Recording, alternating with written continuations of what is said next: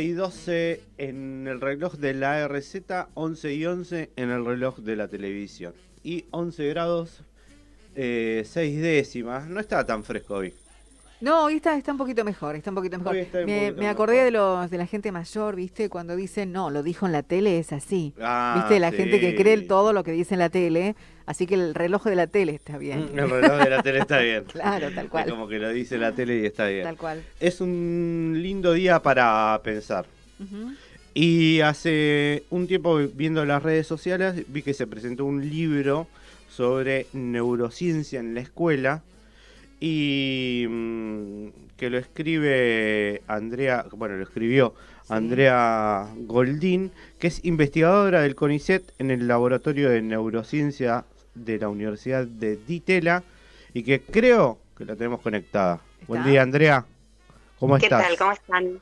¿Todo bien? Bien, todo no, pero bastante bien. Para que es viernes. Y pero, viste, sospechá del que te diga todo bien. Claro, es verdad, es verdad. Es verdad, Ahí esa es una careta, ¿no? Es una máscara. ya nos está haciendo pensar. Estábamos hablando antes también de eso, de por qué los días nublados tenemos que poner música triste. No, puede ser música alegre. No hay un día que tengas que tener tristeza, si hay sol o si está No nublado. debe ¿Vos influir qué en realidad. opinás? Claro, ¿vos qué opinás de eso? Yo opino que depende de cada uno, viste que el día nos pega diferente según cómo Claro, somos. Y sabes que el tipo de música, que en realidad las cosas que pasan alrededor nuestro van a afectar nuestro estado de ánimo. tal cual. Entonces, en general, una música bajón, lo que sea que considere cada uno de nosotros bajón, que va a ser diferente obviamente, Sí. una música bajón te bajonea y una música para arriba te levanta.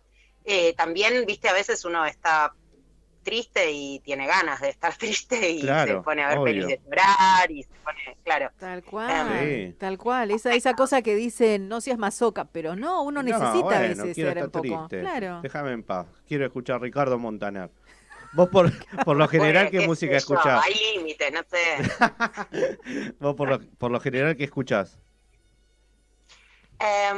No, un poco de todo. Ahora tengo un nene chiquito, así que, viste, estoy ahí a pleno cantando todas esas canciones que encima son Ah, muy pegadizas y no me las puedo sacar de la cabeza. Topa, por Trato ejemplo. igual de... ¿Eh? ¿Topa?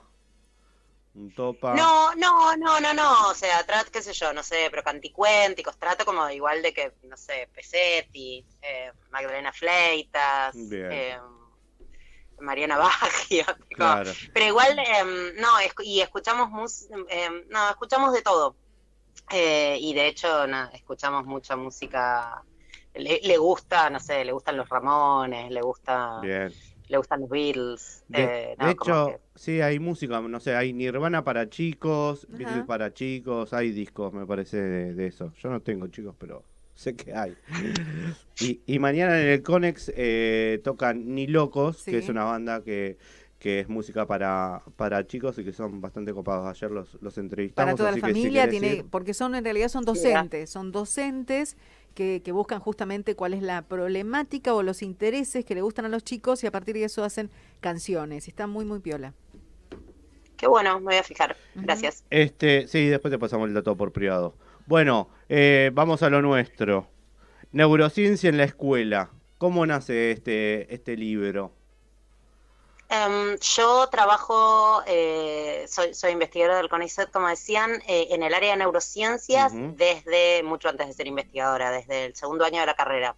sí, Siempre laburé en neurociencias y a mitad del doctorado, hace ya casi 15 años, me empecé trabajé en distintos tipos de laboratorios y en distintos temas, siempre en ujú, neurociencias, y me empecé a dar cuenta de que me copaba mucho la interacción con la educación, que es lo que conforma desde hace un par de décadas una disciplina nueva que se llama, una subdisciplina nueva que se llama neurociencia educacional. sí, Y desde ese momento, o sea, desde mediados del doctorado, me empecé a especializar en neurociencia educacional y hace unos años me convocaron de la editorial para escribir el libro, ah, en el bien. medio pasaron cosas y bueno, finalmente salió a la luz ahora. Perfecto. ¿Y de qué se trata? Qué nos vamos a encontrar cuando lo leemos? La neurociencia, las neurociencias en realidad, y me gusta hablar en plural porque la verdad es que son muchas. Las neurociencias son las ciencias que estudian el funcionamiento del sistema nervioso, o sea, de nuestro cerebro, de nuestros sentidos, de cómo interactuamos con el mundo, de cómo entendemos, de cómo pensamos y de cómo sentimos. En general se asocia mucho al cerebro con la cosa racional, ¿no? Vos decías pensar y qué sé yo, sí. Pero la verdad es que somos muy irracionales también. Somos muy emocionales, y todo eso pasa por el cerebro, no es ni bueno ni malo, digamos, es así, es el órgano que se ocupa de eso, así como los pulmones son los órganos que se ocupan del intercambio gaseoso, bueno, el cerebro es el órgano que se ocupa de pensar y de sentir.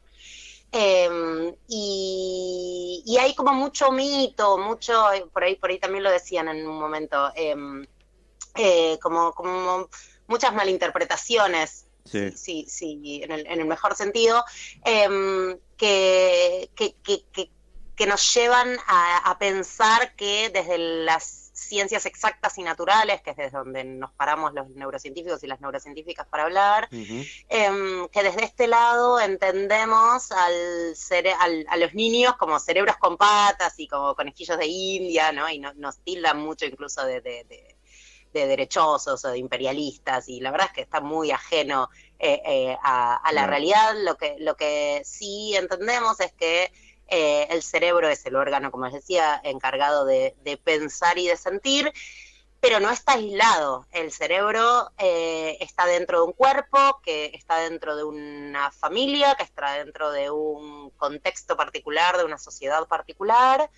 Y todo eso, ¿no? Ese cuerpo, esa familia, esa sociedad, esa cultura, lo va a ir modificando, lo ha ido modificando a lo largo de toda la vida y lo va a seguir modificando hasta que nos moramos.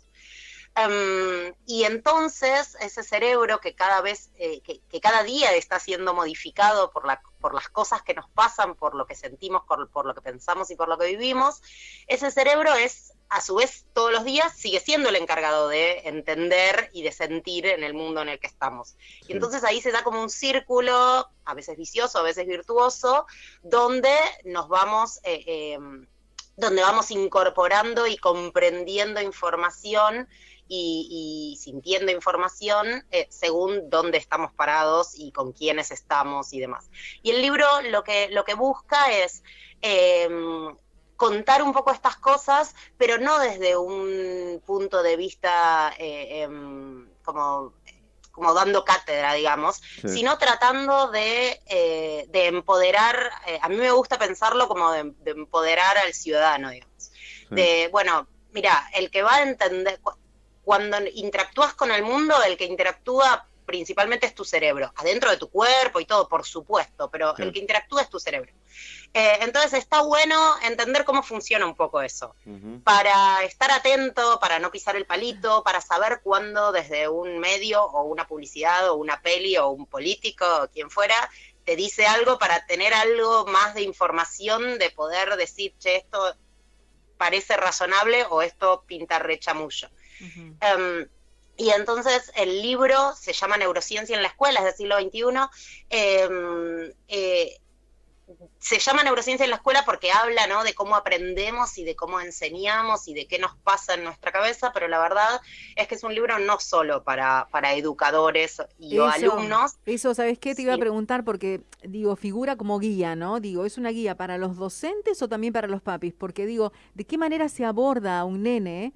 Nene, digo, entre comillas, ¿no? A un chico que esté justamente estudiando en la escuela. ¿De qué manera se lo aborda para que su cerebro, digo, tome los conocimientos? Porque, bueno, digo, ¿sirve o no sirve estudiar a memoria? ¿Le queda, no le queda? Digo, esto es una guía no solo para los docentes, sino también para los papis, para ayudarlos dentro del proceso en el hogar. Sí, totalmente. De hecho, no solo para vos, no solo para los niños, ¿no? Nosotros la verdad es que estamos aprendiendo todo el tiempo. Ujú. Aprendemos escuchando un programa de radio, aprendemos caminando por la calle, aprendemos en una fiesta cuando alguien nos dice su nombre y nos cuenta algo y esa persona nos gusta y entonces lo aprendemos, o cuando, no sé, el DJ era una porquería y pasa toda música horrible, también aprendemos eso. Claro. Entonces, en realidad es un libro para entender cómo funciona tu cerebro en diversas circunstancias que están relacionadas con el aprendizaje. Es un libro que tiene una serie de apartados especiales para pensar en la escuela, pero no solo en la escuela primaria o en el nivel inicial, sino también en la media, en la secundaria, en la universidad, en una capacitación laboral, Claro. como neurociencias de la educación en general y en el más amplio sentido de la palabra, y también, como bien decías, para familias que tienen ganas de ayudar a distintos miembros de la familia de cualquier edad en un proceso de aprendizaje y de enseñanza también. Y por lo general, cuando nosotros no nos acordamos lo que aprendimos en la primaria, y después, igual ahora hay otras técnicas, no sé, para multiplicar o dividir, que tenés que volver a aprender para poder ayudar, no sé, a tu sobrino o a tus hijos, etcétera. Pero eso en algún lugar queda guardado, esa información, ¿no? Igual seguimos aprendiendo. Totalmente, aprendemos toda la vida y de hecho lo que solemos llamar, desde la neurociencia hay discusión sobre qué es el aprendizaje y en realidad hay muchas definiciones según distintos tipos de aprendizaje y es un quilombo. Sí. Pero lo que solemos, como personas normales, digamos, entender, aprender, lo que implica un aprendizaje es que vos incorporás algo de información hoy, lo guardás en algún lado para poder usarlo dentro de un tiempo, mucho o poco. Claro. Ese lugar donde lo guardás es tu cerebro, no está guardado como si fuera que abrís un cajón y metés una fichita o abrís un cuaderno y haces una anotación y queda guardado, claro, sino que dentro de nuestro cerebro la información se guarda conectada con otra información, no existe la cosa aislada, la fichita o la hoja del cuaderno, claro, eso no existe. Entonces, cada vez que incorporamos una pieza de información, la metemos dentro de una red de conocimiento que tenemos armado, un esquema que tenemos armado dentro de nuestra cabeza, que puede estar bien o mal conceptualmente, y que, digamos, y no importa, o sea, nosotros la metimos ahí. El proceso de aprender algo no incluye ver si está bien o mal, digamos. Claro, es como, bueno, yo agarro y lo meto acá. Como una suerte de fichita de rompecabezas, digamos. Y si más o menos entra, y capaz que lo estaba armando todo al revés el rompecabezas, pero bueno, entró la fichita y entró.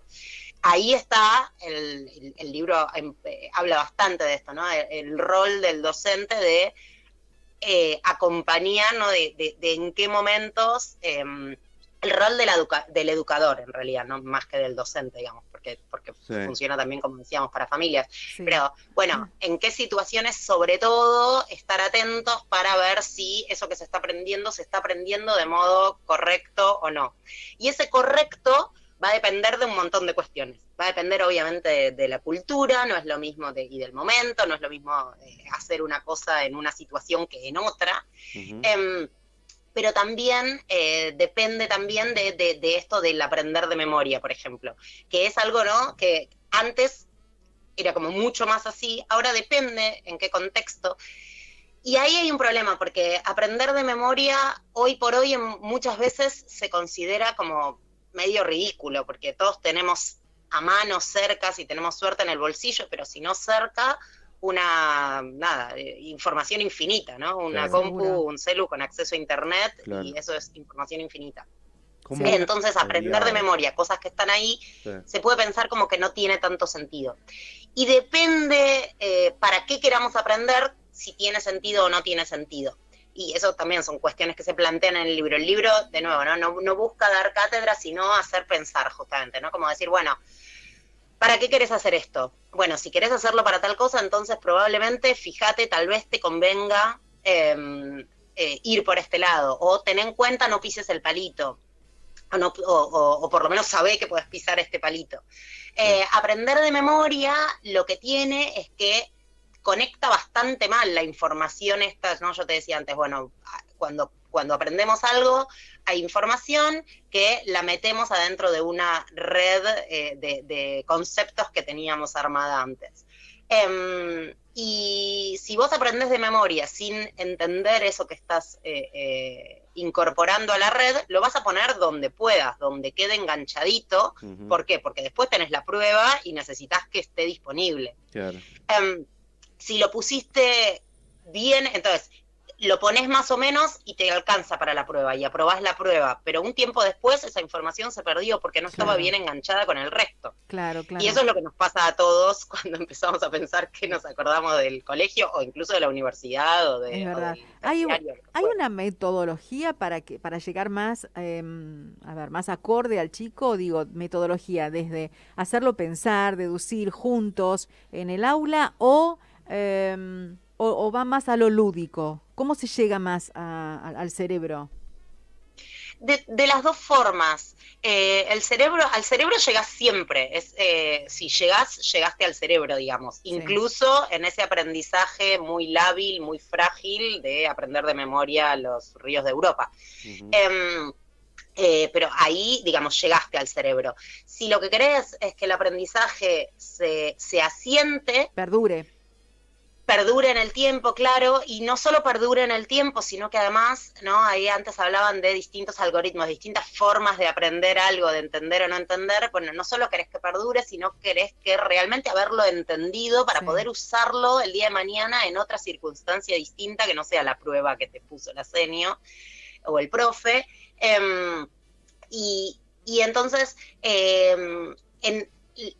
en general, lo que conviene siempre es tratar de hacer un esfuerzo por entender el trasfondo de eso que uno está tratando de aprender, por relacionarlo lo mejor posible con información que ya tenemos adentro, por conocimientos que ya tenemos adentro. ¿Para qué? Para poder meterlo bien en la cajita que corresponda, en las redes conceptuales, neurales que corresponda.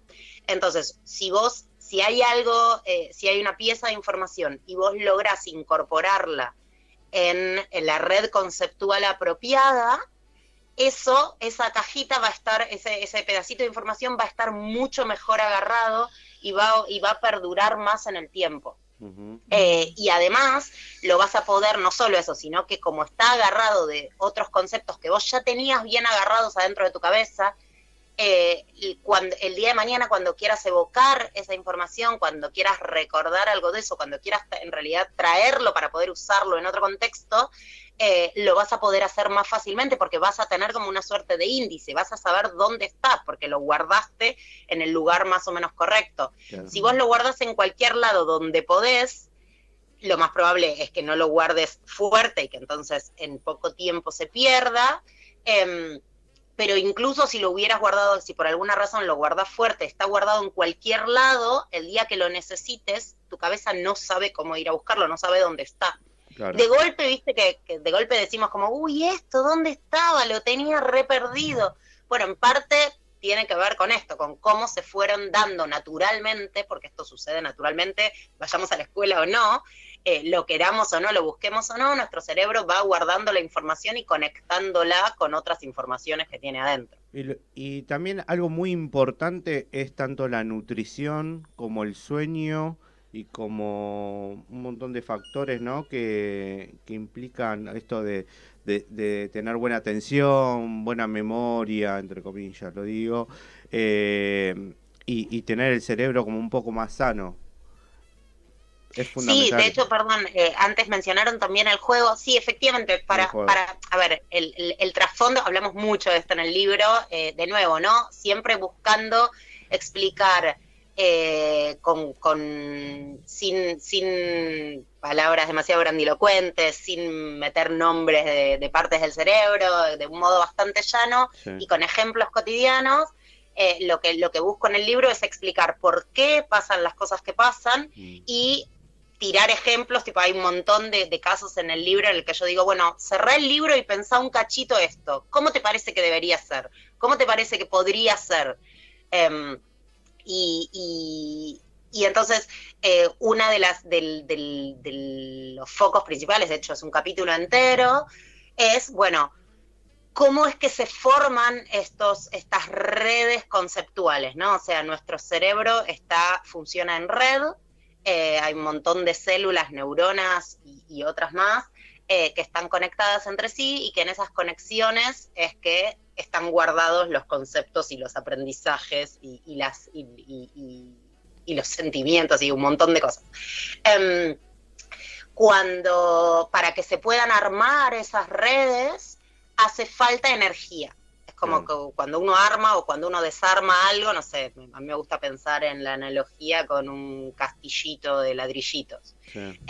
Necesitas energía, necesitas tener los ladrillitos y necesitas tener tiempo y energía para poder armar lo que sea que vayas a armar, la casita que armes o lo que quieras armar. Con el cerebro pasa lo mismo. Necesitas tener los ladrillitos, necesitas tener moléculas particulares, necesitas tener tiempo para poder armar y necesitas tener energía para poder mover esos ladrillitos a donde tengas que moverlos, desde donde tengas que moverlos.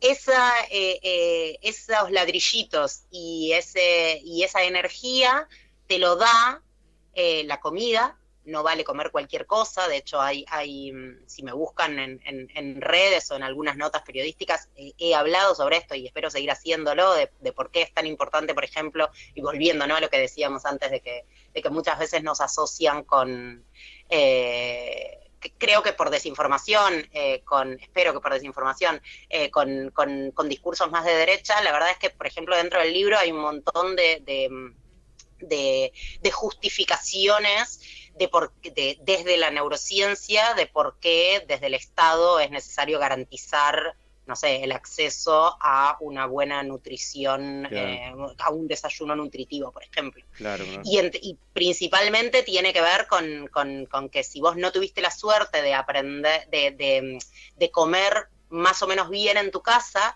cuando llegás a la escuela, si no comiste ni que hablar, o si no comiste más o menos bien, lo que va a pasar es que no vas a tener la materia prima, no vas a tener los ladrillitos ni la energía para poder armar esos mapas en tu cabeza. Entonces, finalmente, aunque te den las mejores cosas, si no pudiste comer bien antes, no vas a poder hacer uso de esos recursos y no vas a poder aprender bien.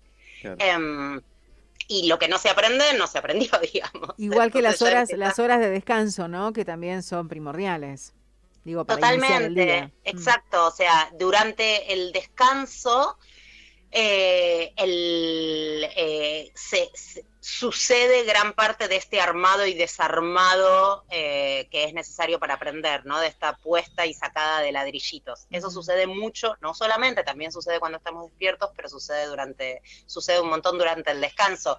Y, por ejemplo, vos me preguntabas antes del juego. Durante el juego generamos un montón de estos ladrillitos, que es jugar lo que sea para cada uno jugar. O sea, lo que para mí es jugar es un poco distinto a lo que es para vos o para cualquiera de los oyentes, las oyentes. Pero cuando estamos jugando, entre otras cosas, generamos muchos de estos ladrillitos, muchas de estas moléculas para poder aprender. Por eso está buenísimo, siempre que se pueda, aprender de un modo lúdico, de un modo divertido, de un modo dinámico. Y también, una aclaración que me parece importante en el libro, yo entiendo que es imposible hacer la revolución en educación, y no es lo que busca eso el libro, ¿no? No es eso lo que busca el libro. Lo que el libro busca es, por un lado, dar herramientas conceptuales de por qué pasan las cosas que pasan, por otro lado, dar sugerencias de entonces qué cosas hay que tener en cuenta, qué aspectos hay que tener en cuenta, y por otro lado, tira un montón de ideas de, bueno, mira, no vas a cambiar toda tu clase, no tiene sentido ni pensar en eso, no vas a cambiar toda una materia o toda una planificación pedagógica o no. Claro. Pero fíjate, tal vez, si das esto vuelta, si en vez de dar primero el tema 1 y después el tema 2, das primero el tema 2 y después el tema 1, capaz que eso a vos no te cambia nada, pero cambia un montón la manera en la que el otro entiende. Claro. O fíjate, capaz que hoy das el tema 1 y mañana el tema 2, pero en vez de hacer eso te conviene dar hoy un poquito del 1 y el 2, mañana otro poquito del 1 y el 2, y fíjate que entonces, de ese modo, para vos de nuevo, como docente, no te cambió prácticamente nada, pero cambia un montón la manera en la que el otro aprenda. El libro como que busca eso, Claro, ¿no? Busca claro. como dar algunos tips para repensar la práctica, pero sin volverse loco, digamos, como de hecho como una herramienta más. ¿Tuviste la posibilidad de hablar con docentes y darle también esta información o intercambiar ideas y eso? ¿O todavía no? Sí.